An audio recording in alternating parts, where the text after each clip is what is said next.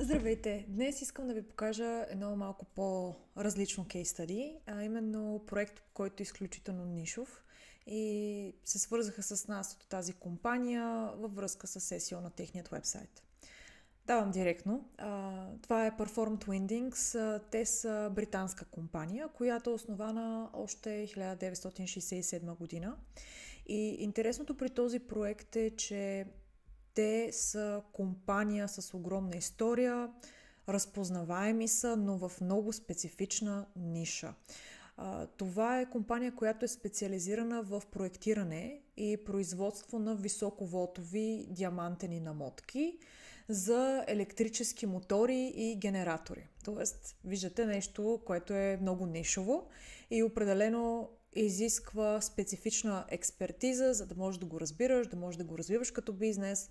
Те се обърнаха към нас като маркетинг агенция, не защото ние очевидно разбираме от мотори, генератори, бобини, турбини, намотки и така нататък, а защото се довериха на това, че ще си действаме работата съвестно, професионално, като поискаха от нас да оптимизираме техният вебсайт, да влезем в контекста на фирмата и да разберем бизнеса на едно основно ниво как оперира, да си направим едно проучване и да им помогнем да бъдат първи в Google. Така, очевидно ние работим и работихме, 2023 някъде прекъснахме работа, работихме по много сложен проект, самият проект продължи около 2 години без прекъсване и в някакъв момент вече се изчерпахме от това, което може да направим още по уебсайта, защото направихме всичко възможно по оптимизацията и стигнахме до момент, в който наистина уточнихме, че е нужен нов уебсайт. Сега, за съжаление, откакто сме приключили работа, тук не е имало нов сайт, затова виждате, че веб дизайна е малко остарял като вид, може да се осъвремени. Ще видите, че сега, ако посетите сайта, част от мета-тайтълите, мета-дескрипшените са недобри, защото сайта не е апдейтван, на стара тема е, нали, много неща от нашата работа, за жалост, вече не са такива, каквито са били в началото, но към момента на нашето партньорство ние им помогнахме да успеят да оптимизират сайта си така, че когато някой, който има проект за обновяване на хидроелектрическо съоръжение, т.е. много B2B, когато някой decision maker търси информация за възможните производители, доставчици на тези продукти и услуги, Performed Windings да излизат на първа страница в Google. Търсенето високо ли е? Ами не. Това е нещо толкова нишово. Нали? Как можем да го сравним с някакъв бизнес, който продава обувки спортни? Нали? Очевидно не се търси това нещо всеки ден или всеки месец.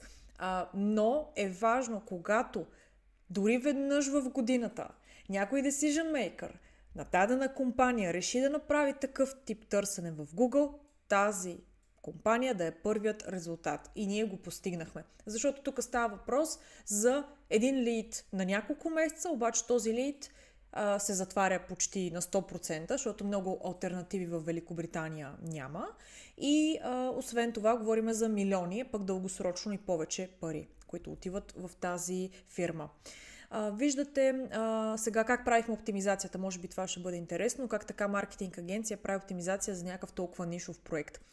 Те ни представиха супер много документи, с които се запознахме, които обясняват какво точно прави компанията, какви са нейните услуги, индустриите, в които работи, Coils and Windings какви са, как се разпределят по производител, какви са техните параметри и така нататък. И ние си направихме домашното, като прочетохме и се запознахме с информацията и оптимизирахме страниците спрямо тази информация. Много от текстовете на сайта ние ги добавихме за първи път изобщо да съществуват на сайта, тъй като те съществуваха по различни, да ги наречем, флаери, бюлетини и така нататък, но не и на самият сайт. Вътрешен линк билдинг, както виждате, правихме също много голям. Локален линк билдинг също, защото за тях е важно на локално ниво да бъде приоритетно тяхното позициониране.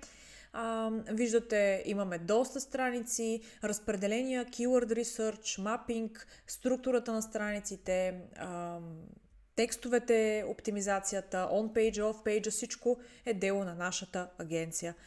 Така че това беше един интересен пример, който вярвам, че ще ви послужи така за допълнителна информация, за да разберете как работим по много нишови технически проекти и как, въпреки че става въпрос за много сложна индустрия, ние, разбирайки логиката зад бизнеса, можем да се справим и с такава задача. Благодаря много за вниманието.